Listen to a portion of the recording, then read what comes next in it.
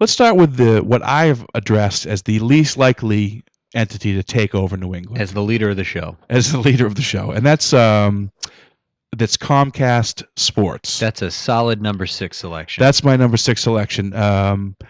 What do we like about when you watch Comcast Sports?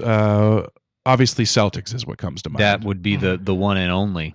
They really don't do a whole lot other than Celtics. But they are branching out to having more Celtics content. And I'm sure it's because there's more interest in the team.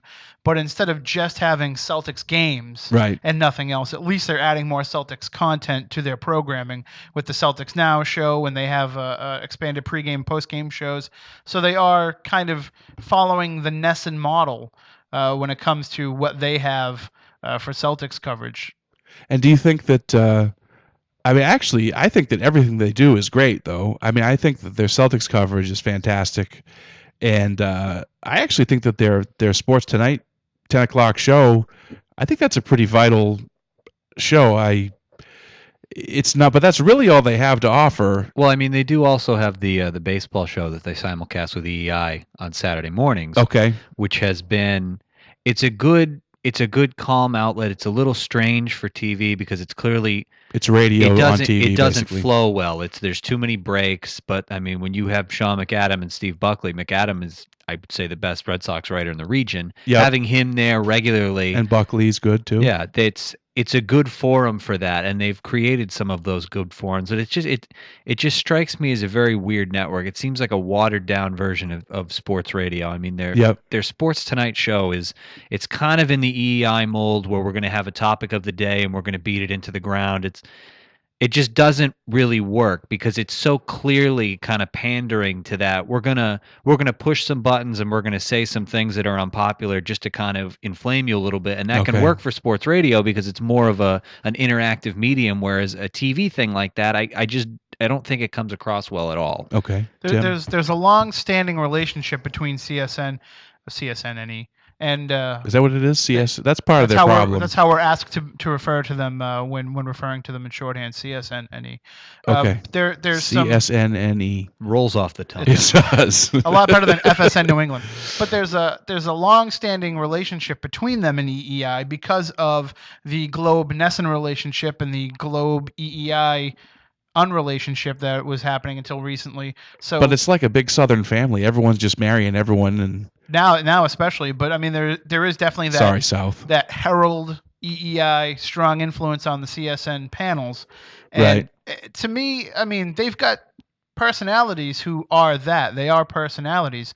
And it is almost more about, let's tune in to see what Felger is going to say. Let's tune in to see what Dickerson's opinion is going to be. Right. Let's see what Tangway's saying, more so than it is, let's get the news. People who want the straight news at that time, they're flipping over to Nesson and getting their coverage. Okay, that's fair. But if you want, not necessarily analysis, but like you said, that EEI shouting match, that's why you would tune in. I love shouting too. I can't get enough of it. Sometimes I just wake up and I just scream. You don't know what you're talking about. I say, Self, you're an idiot, and Self says something, and then I cry. I will give them credit for kind of establishing themselves as sort of a window into the players, as it were. I mean, we've talked about Celtics Now, which is kind of a behind the scenes with the team. And the Papelbon. When Justin Masterton was here, he blogged for them on their site and was pretty good because Justin Masterton's a pretty smart guy. Mm-hmm. You know, like they've had Papelbon on for the the yang to the yin of Justin Masterson, and they have a relationship with him, and that's kind of fed into some of the other things that they do. But you have to ask yourself, is that sort of thing what you can build a network around? I mean, that's the thing. It doesn't really seem like they don't really seem to have the goal of, well, although it is, but they are putting, I mean, they do have to fill their day with stuff, and instead of relying on other Comcast, what am I trying to say?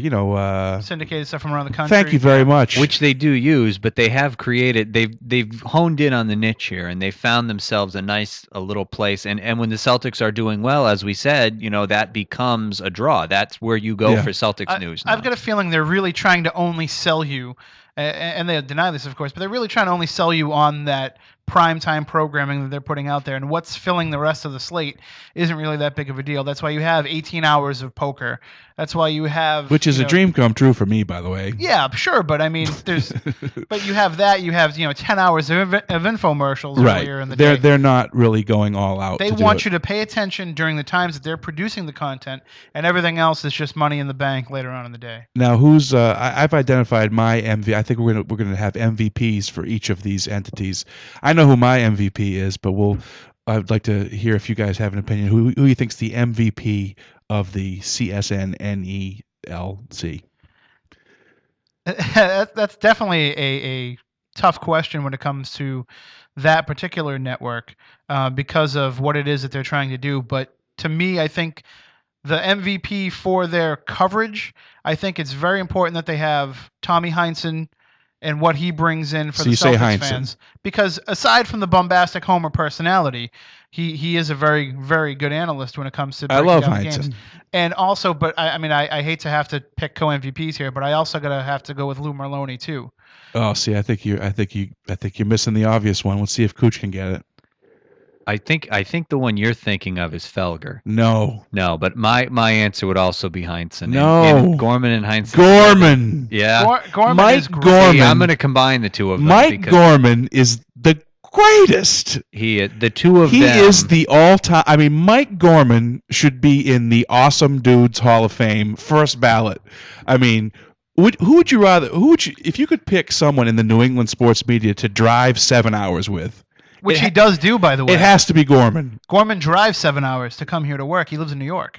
What? He does. He I lives in did New York. not know that. Yeah. And I mean, I like Merloni too, and you gotta love Heinsohn. But in my book, I put the two of them together because that network. The Celtics is what they do. Going back to Gorman a little bit, just to throw this in there, he's the kind of guy that you definitely would appreciate the fact that he's there, but when you think of the personalities that you're tuning into, he's not somebody that you're thinking, I got to go see what Gorman's going to say. But people don't realize, like, if you really pay attention to what he's saying during a game, he can be just as bad as Tommy sometimes. Right, but he's within the realms of anybody reasonable. Anybody who can go from, if you look at like 1984 and 1985 sports channel footage of the afro and the way he looked then to the coolness factor that he has now. He's done it. I think Did you know he has an earring?